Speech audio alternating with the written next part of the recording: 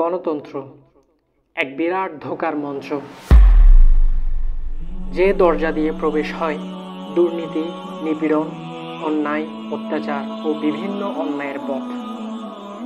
গণতন্ত্রের মানুষের তৈরি বিধান দিয়ে অন্যায়কারীরা বিভিন্ন ফাঁক দিয়ে পার পেয়ে যায় এবং তা সম্ভব, কিন্তু শরিয়ার বিধান দিয়ে অন্যায়কারীরা পার পাওয়া প্রায় অসম্ভব। কারণ শরিয়ার বিধানে বিচার কার্য দ্রুত শেষ করা হয় এবং তা জবাবদিহিতাও রয়েছে। গণতন্ত্র হলো পশ্চিমার দেয়া একটা ছেঁড়াফাটা জাল, যা দিয়ে মুসলিমদের কবর রচনা করছে, এবং তা প্রায় হচ্ছে। পশ্চিমার দেয়া এই গণতন্ত্র ও আইডিয়া দিয়ে দেশ পরিচালনা করা এবং পচা শামুকে পা কাটা প্রায় একই বাক্য। তারা আইন প্রণয়ন করে, অথচ তারাই তা মানতে নারাজ। তারা জাতিসংঘের মানবাধিকার নিয়ে কথা বলে, অথচ তারাই আবার ইসরায়েলকে সাপোর্ট করে। আসলে পশ্চিমারা চাচ্ছে তারা আমাদের কন্ট্রোল করতে।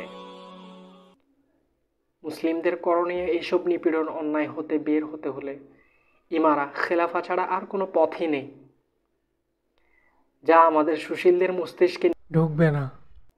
আমাদেরকে আল্লাহ দিন যেমন দিয়েছেন, ঠিক তেমন একটা রাষ্ট্র ব্যবস্থাও দিয়েছেন। তা হলো শরিয়া, আল্লাহর দেয়া আইন, আল্লাহর দেয়া বিধান, খেলাফা, ইমারা।